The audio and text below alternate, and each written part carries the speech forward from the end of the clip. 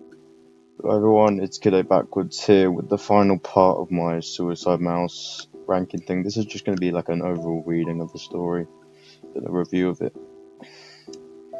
So do any of you remember those Mickey Mouse cartoons from the 1930s? The ones that were put on DVDs a few years ago?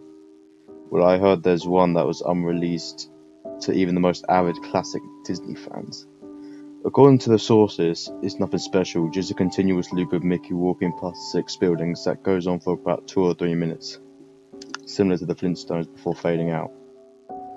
Unlike the cutesy tunes usually put in, the song in the cartoon was not a song at all, just a constant bang on the piano for a minute and a half, before switching to white noise for the remainder of the film. It wasn't the jolly old mouse we've come to love either. Mickey wasn't dancing or smiling. He was kind of just walking, like you or me, with a normal, slightly dismal facial expression, and his head tilted to the side.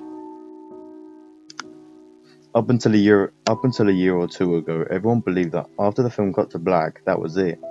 When Leonard Maltin was reviewing the cartoon to decide whether it belonged in the complete series, he decided it was too junk to be put on the DVD, but wanted to have a digital copy due to the fact that it looked like an original creation of Walt. Once he'd created a digitized version on his computer and looked at the file, he noticed something. The cartoon was actually 9 minutes and 4 seconds long. This is what my source emailed to me in full.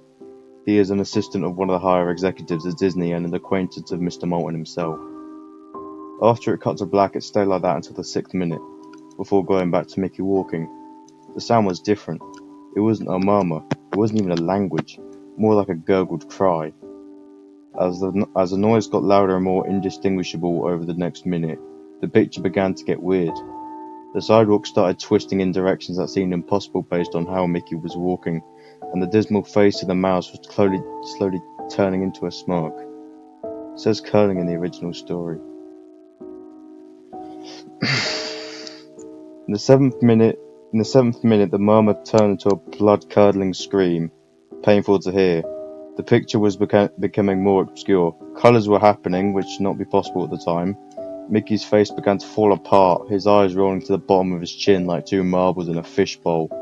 He now had a curled smile pointing upward toward the left side of his face. The buildings became rubble floating in midair. Meanwhile, the sidewalk was still navigating in warped directions.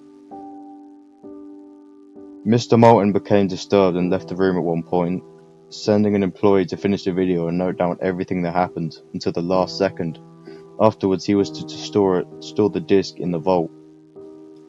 The distorted screaming lasts until 8 minutes and a few seconds in before cutting to the Mickey Mouse face seen at the end of every Disney video from the time, with what sounded like a broken music box playing in the background. This continued for about 30 seconds. Whatever was in those 30 seconds, I haven't been able to get a sliver of information about. From a security guard working under me, who was making the rounds outside the room, I was told that after the last frame, the employee stumbled out the room with pale skin, stating that real suffering is not known 7 times before taking the guard's pistol and offing himself on the spot.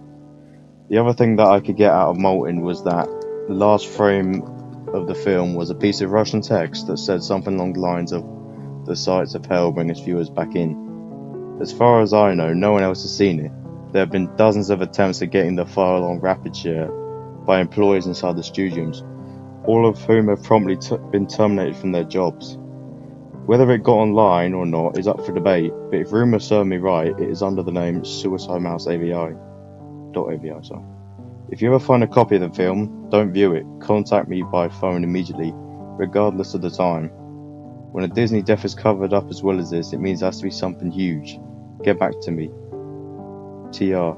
I've yet to find a copy of it, but it's out there, I know it.